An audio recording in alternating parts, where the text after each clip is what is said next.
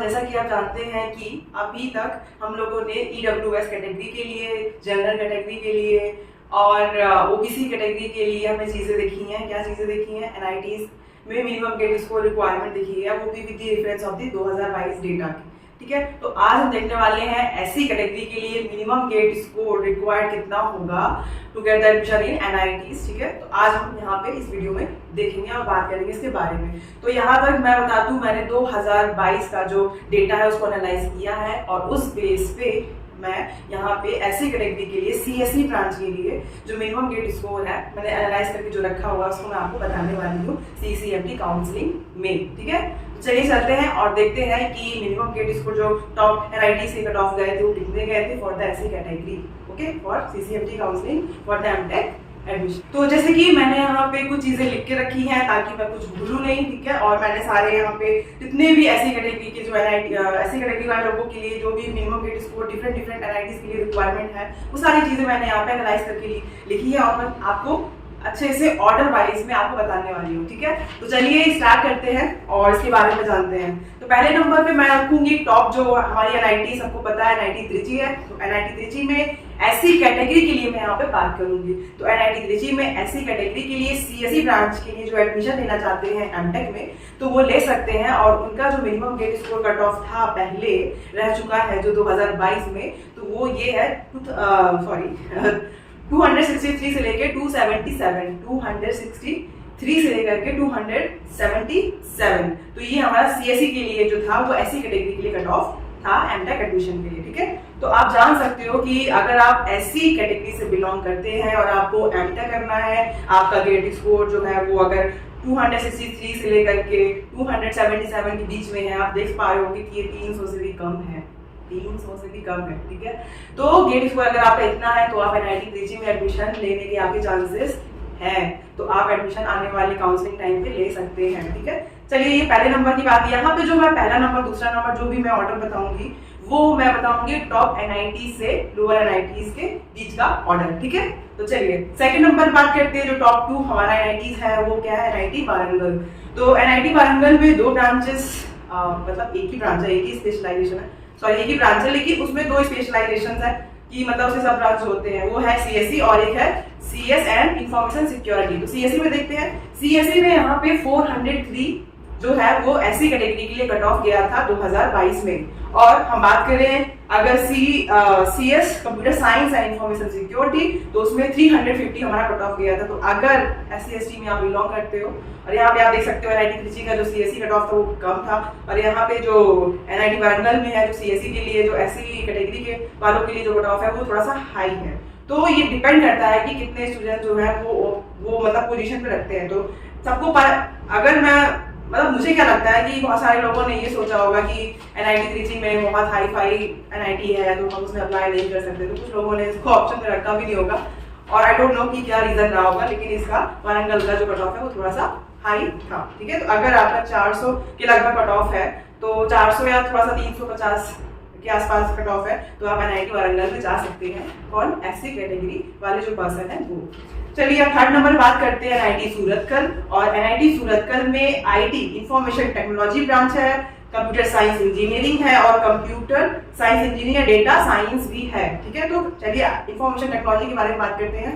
तो IT के लिए 352 गया था हमारा minimum gate score cut off for the SC category in MTech admission CSE branch और sorry IT information technology branch. अब CSE ब्रांच के लिए 422 और कंप्यूटेशन इन डेटा साइंस में गया है 485। तो आप जान सकते हो कि अगर आपका लमसम जो ऐसी कैटेगरी से बिलोंग करते हैं अगर उनका 350 से लेके अगर 500 के बीच में भी गेट स्कोर है तो उनको NIT त्रिची से लेके सारे NITs मिल सकते हैं, उनको चांसेस हैं। ठीक है, तो चलिए चलते हैं फोर्थ नंबर बात करते हैं NIT कालीकट। NIT कालीकट में 2 स्पेशलाइजेशन है, एक है CSE और एक है CSE एंड IS। तो CSE के लिए 343 से लेकर के 346 जिसका भी गेट स्कोर है वो क्या है? वो एलिजिबल है कि उसको जो इस बार उसको NIT कालीकट मिल सकता है। और CSE एंड इंफॉर्मेशन सिक्योरिटी जो ब्रांच है उसके बेस पे हम देखेंगे तो 337 हमारा गेट स्कोर प्रीवियस ईयर गया था। तो अब चलिए चलते बात करते हैं फिफ्थ नंबर वाले एनआईटी की 5th नंबर पे है एनआईटी राउरकेला, और एनआईटी राउरकेला में 3 स्पेशलाइजेशन है। पहला है आईएएस, दूसरा है सॉफ्टवेयर इंजीनियरिंग और तीसरा है कंप्यूटर साइंस। तो इंफॉर्मेशन सिक्योरिटी में देख लेते हैं। इंफॉर्मेशन सिक्योरिटी में 337 हमारा पिछली बार ऐसी कैटेगरी के लिए गेट स्कोर गया था। अब सॉफ्टवेयर इंजीनियरिंग के लिए देख लेते हैं। सॉफ्टवेयर इंजीनियरिंग में 289 से 306 गया था, और कंप्यूटर साइंस के लिए 398 गेट स्कोर कट ऑफ गया था। तो एक चीज मैं आपको यहाँ पे ये बताना चाहती हूँ कि आप देख रहे होंगे कि कंप्यूटर साइंस के लिए थोड़ा सा हाई कट ऑफ रह रहा है, लेकिन आपको फर्क नहीं पड़ता इससे। प्लेसमेंट से रिलेटेड अगर हम बात करें तो बिल्कुल भी सीएसई वाला डिपार्टमेंट हो, उसके अंदर कितने भी स्पेशलाइजेशन हो, उससे फर्क नहीं पड़ता, क्योंकि आपका जो प्लेसमेंट होगा उसमें सारे स्पेशलाइजेशन की जो पर्सन है, जो स्टूडेंट्स है, वो सब बैठने वाले होते हैं। ठीक है, तो एक साथ सब लोग बैठते हैं, सबके लिए कंपनी एक साथ ही आती है, किसी के लिए अलग से नहीं आती। तो आपको ये टेंशन हटा देना। अगर आपको मिनिमम गेट स्कोर पे आपको मन चाहे एनआईटी मिल रहा है, और वो भी अदर स्पेशलाइजेशन में, जैसे मान लीजिए सीएससी की बात ना करें, सीएससी में तो हाई चाहिए। अगर मान लीजिए आपको थोड़ा सा आईटी इंफॉर्मेशन टेक्नोलॉजी मिल गया, या फिर सॉफ्टवेयर इंजीनियरिंग जिसमें का कट ऑफ जाता है, तो उसमें भी आप एडमिशन ले सकते हैं, ताकि उस कॉलेज में आप पहुंच पाए और अच्छा खासा प्लेसमेंट ले पाए। ठीक है,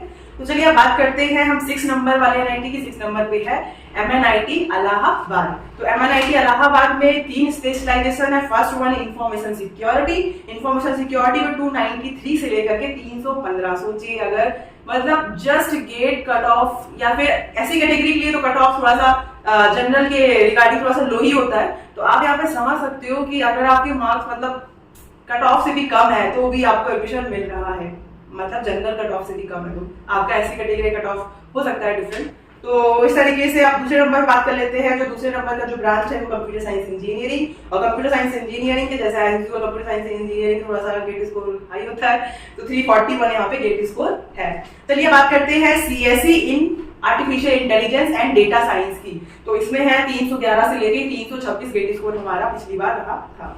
अब बात करते हैं 7th नंबर की। 7th नंबर में है एनआईटी नागपुर। एनआईटी नागपुर का बहुत अच्छा प्लेसमेंट हुआ है इस साल, और क्योंकि मेरे जहां मैं जॉब करती हूँ, जिस कंपनी में, उस कंपनी में क्या ऑफिस के जो कलीग्स हैं एनआईटी नागपुर के, तो उनसे मेरी बातचीत हुई, उन्होंने मुझे बताया कि उनका बहुत हाई स्कोर, इवन जैसे मेरा कॉलेज एमएनआईटी जयपुर था, तो एमएनआईटी जयपुर से भी एनआईटी नागपुर का बहुत अच्छा प्लेसमेंट है, तो आप वहां पे भी अच्छे से एडमिशन ले सकते हो। ठीक है, तो उसके लिए एनआईटी अगर नागपुर में देखा जाए तो सीएसई एक ही ब्रांच है, और उसमें 325 से लेकर 350 का गेट स्कोर हमारा पिछली बार था।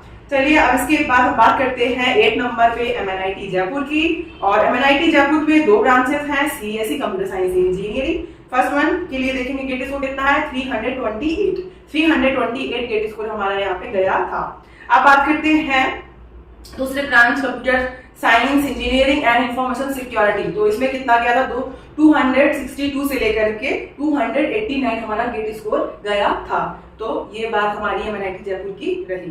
अब बात करते हैं 9th नंबर पे एसपीएनआईटी सूरत। एसपीएनआईटी सूरत का भी प्लेसमेंट बहुत अच्छा होता है, तो आप वहां भी जा सकते हैं। और उसमें एसपीएनआईटी सूरत में एक ब्रांच है, वो है कंप्यूटर साइंस इंजीनियरिंग, और यहाँ पे 302 से लेकर के 306 तक हमारा मिनिमम गेट स्कोर गया था पिछले 2022 वाले ईयर में। ठीक है, अब इसके बाद बात करते हैं 10th नंबर की एनआईटी कुरुक्षेत्र।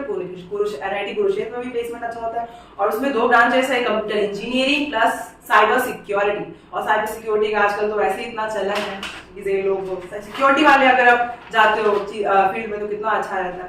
तो इसमें जो गेट स्कोर है वो 245 से लेकर के 275 के बीच में, जो जिसका भी स्कोर है तो वो जा सकता है। तो आप समझ सकते हो कि 300 से भी नीचे इसमें गेट स्कोर गया है, और प्लेसमेंट भी अच्छा है। और कंप्यूटर इंजीनियरिंग में दूसरी ब्रांच है, और कंप्यूटर इंजीनियरिंग में 290 से लेकर 290 से लेकर के 324 का गेट स्कोर हमारा पिछली बार गया था। अब बात करते हैं एमएनआईटी भोपाल की। तो एमएनआईटी भोपाल जो है वो हमारा 11th नंबर पे है, और उसमें 4 ब्रांचेस हैं। पहली ब्रांच की बात करें तो एडवांस कंप्यूटिंग में जो हमारा मिनिमम ऐसी कैटेगरी के लिए कट ऑफ गया था वो 245 से लेके 275 तक गया था। और आर्टिफिशियल इंटेलिजेंस की बात करें तो 289, और अगर इंफॉर्मेशन सिक्योरिटी की बात करें तो 262 गया था। और कंप्यूटर नेटवर्क अगर जो स्पेशलाइजेशन उसकी बात करें तो यहाँ पे गया था 245 से लेकर के 250। तो कंप्यूटर नेटवर्किंग जो स्पेशलाइजेशन है वहाँ पे आप देख सकते हो कि सबसे कम उसी में गया था 250 से लेकर 245 हमारा मिनिमम गेट स्कोर गया था। तो इस तरीके से हम 12वें नंबर पे एनआईटी की बात करते हैं और 12 नंबर पे जो एनआईटी थी वो है एनआईटी जमशेदपुर। एनआईटी जमशेदपुर में भी काफी अच्छा प्लेसमेंट था इस साल और देखा है मैंने वहाँ पे एडोबी वगैरह की गर्ल्स के लिए, स्पेशली गर्ल्स को उनको फायदा मिलता है। तो आप जान सकते हो कि कितना अच्छा आपके पास अपॉर्चुनिटी है, ऊपर से आपके पास कैटेगरी है तो उसकी वजह से आपकी जो अपॉर्चुनिटीज है उसमें एक ऐड हो गया है फीचर्स, ठीक है। तो इस तरीके से आप क्यों ना हम मतलब अगर आपको कुछ फायदा मिल रहा है कैटेगरी का तो क्यों ना आप उसका फायदा उठाएं, है ना। बिल्कुल भी आपको ये नहीं सोचना है कि 500 गेट स्कोर होगा तभी आपको कुछ मिलेगा, क्योंकि आपकी कैटेगरी है तो आप आराम से, अगर आप पासिंग मार्क्स पे भी हो, पासिंग मार्क्स से आपका लेस भी है तो भी आपको 90 मिल सकता है। मैं पासिंग मार्क्स जो रख रही हूँ जनरल रख रही हूँ, ठीक है, क्योंकि मुझे ऐसी का कोई आइडिया नहीं है कितना क्वालिफाइंग मार्क्स होता, मुझे देखना पड़ेगा। तो चलिए चलते हैं, बात करते हैं 13 नंबर की एनआईटी की, वो है एनआईटी दुर्गापुर। तो एनआईटी दुर्गापुर में एक ही ब्रांच है सीएसई और उसमें है 271 से लेकर के 358। तो आप समझ सकते हो कि इतने गेट स्कोर जिनका भी आया वो आराम से एनआईटी दुर्गापुर जा सकते हैं। 14 नंबर पे मैं रखूंगी यहाँ पे एनआईटी जालंधर। और एनआईटी जालंधर में क्या है कि दो ब्रांचेस हैं, कंप्यूटर साइंस इंजीनियरिंग, उसमें 258 से लेकर के 284 तक गेट स्कोर गया था मिनिमम 2022 में। और दूसरी ब्रांच की बात करते हैं computer science engineering and information security, तो उसमें 245 मिनिमम गेट स्कोर गया था पिछली बार।